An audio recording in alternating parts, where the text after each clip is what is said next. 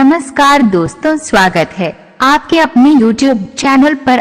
दोस्तों, आज की इस वीडियो में हम बात करने वाले हैं कि मांस खाने वाला और खिलाने वाला क्या दोनों पापी हैं। तो चलिए जानते हैं।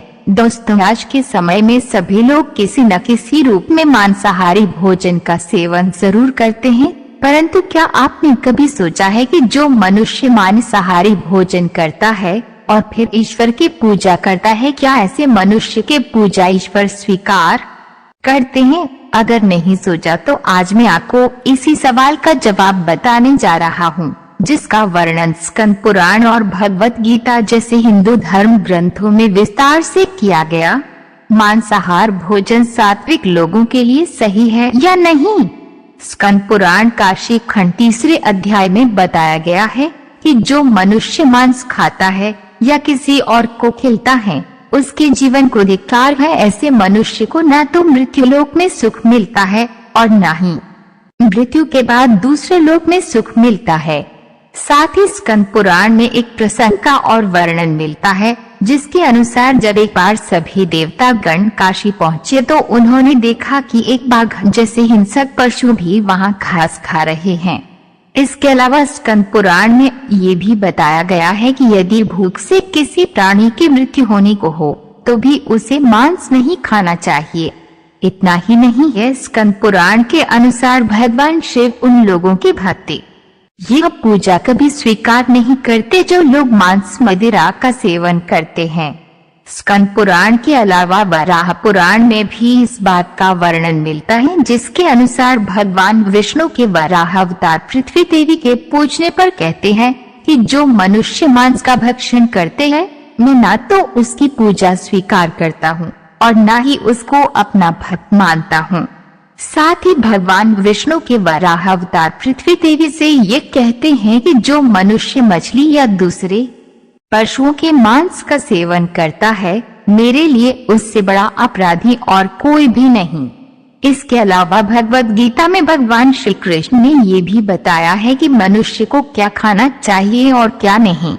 भगवान कृष्ण के अनुसार मांस एक तामसिक भोजन है, जिसके सेवन से मनुष्य की बुद्धि क्षीण होने लगती है और मनुष्य अपनी इंद्रियों पर से नियंत्रण खो देता है। उसके बाद मनुष्य ना चाहते हुए भी कई तरह के अपराधों का भागी बन जाता है।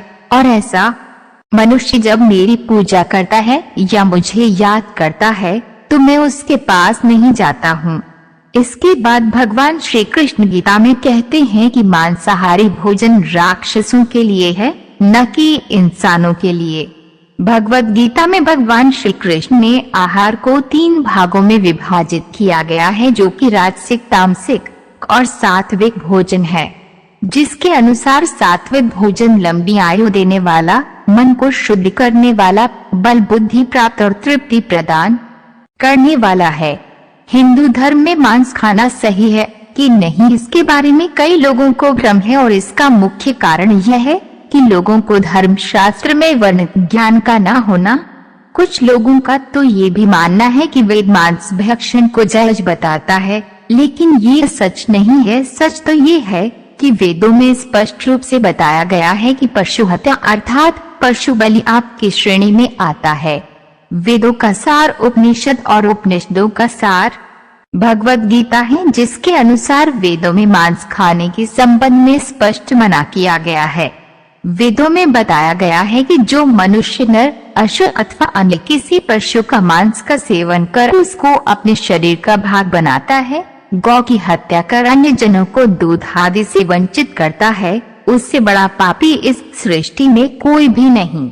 यजुर्वेद में बताया गया कि सभी मनुष्य को परमात्मा के सभी रचनाओं को अपनी आत्मा के समान तुल्य मानना चाहिए, अर्थात वे अपने जैसे हित चाहते हैं उसी तरह अन्य का भी हित करें। अथर्ववेद में कहा गया कि हे मनुष्य, तुम चावल, दाल, गेहूं आदि खाद्य पदार्थ आहार के रूप में ग्रहण करो, यही तुम्हारे लिए सबसे उत्तम और रमणीय खाद्य पदार्थों का भाग है। तुम किसी भी नर या मादा की कभी हिंसा मत करो। वह लोग जो नर एवं मादा भ्रूण और अंडों के नाश से उपलब्ध हुए मांस को कच्चा या पका कर खाते हैं, तुम्हें उनका विरोध करना चाहिए।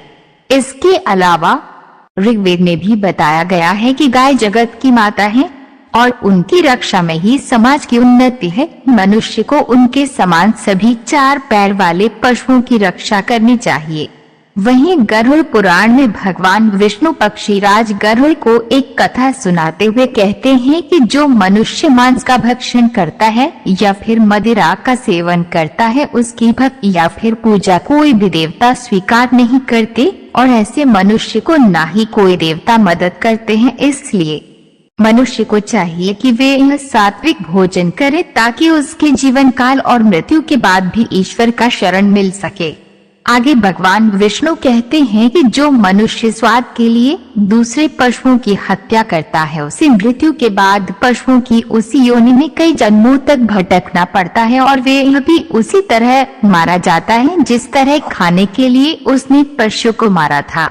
इसलिए मित्रों, यदि आप पूजा या फिर ईश्वर की भक्ति में विश्वास रखते हैं तो फिर मांसाहार का सेवन करना बंद कर दीजिए। वैसे भी मांसाहार भोजन को वैज्ञानिक रूप से उचित नहीं माना गया है। ये मनुष्य को कई तरह के रोगों से भी ग्रसित कर देता है। और जहाँ तक धार्मिक मान्यताओं की बात है, उम्मीद करता हूँ आप लोगों को समझ आ गई ही होगी।